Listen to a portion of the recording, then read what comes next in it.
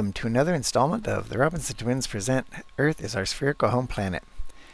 This episode will be a follow-up to a previous one. We just posted one not a few days ago on the Foucault Pendulum, which has been used to directly observe Earth's rotation.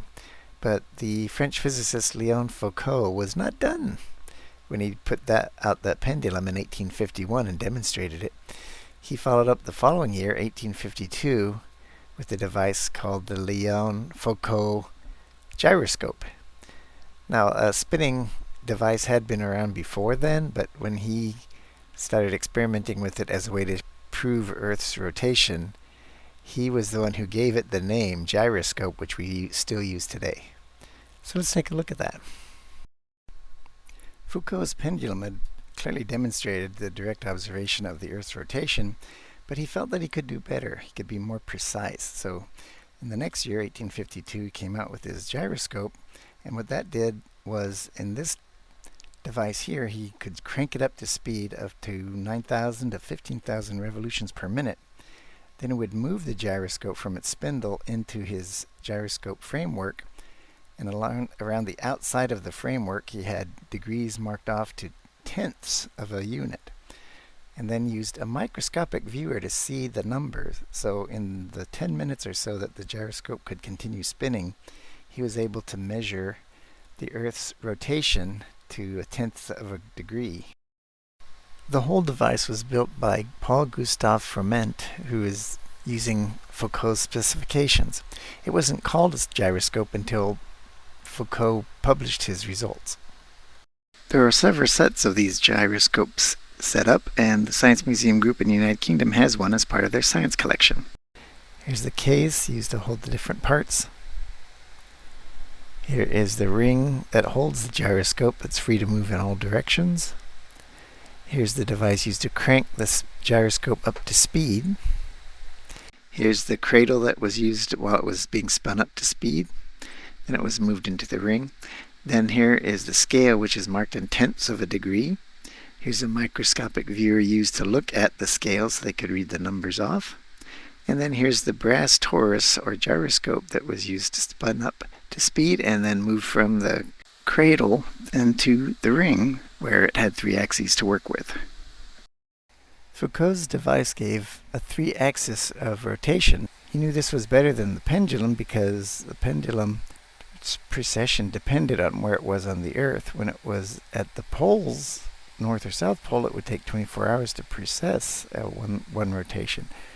But as it got closer to the equator, it would take longer to precess, whereas at the equator itself, it would never precess. The gyroscope did not have that problem. It would always show a 15 degree per hour precession.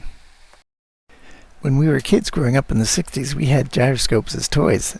This one used a string go through a hole in the spindle to get it going. These were entirely encased, and you had the spindle at the end with a rubber tip that you could run across the floor to get it going. We know the Earth rotates at 15 degrees per hour.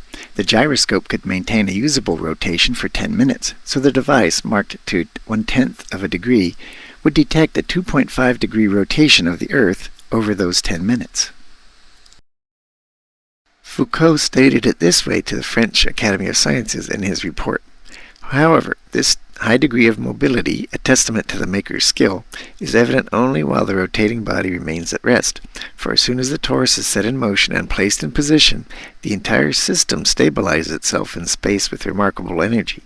In this state, the body no longer participates in the diurnal motion animating our globe, and indeed, although its axis appears, due to its shortness, to maintain its initial orientation relative to terrestrial objects, bringing a microscope near it reveals an apparent motion, uniform and continuous, causing it to follow exactly the motion of the celestial sphere, meaning the Earth, which means the apparatus is attached to Earth and moves with it, but the spinning part maintains its original orientation and can be used to measure the Earth's rotation. So in 1851, Foucault used a pendulum to demonstrate that you could measure Earth's rotation. We have a video on that, and we'll link to that in our description. But he thought that he could be more precise in measuring Earth's rotation. So in 1852, he developed a device that he called the gyroscope, and that's the name we still use today. Those are mechanical, and they've been used for navigation through the rest of the 19th century and early 20th century. But a discovery in the 20th century showed that you could create a gyroscope that was more reliable and more precise. It had no moving parts. And that will be a topic of an upcoming video on this subject, showing Earth's rotation. And they've been actually miniaturized as well, so you even have a gyroscope in your smartphone. Foucault was a brilliant man in the 19th century who contributed much to our scientific understanding of nature. And if this is the kind of videos you like to watch, be sure to like and subscribe, and be sure to hit that notification bell.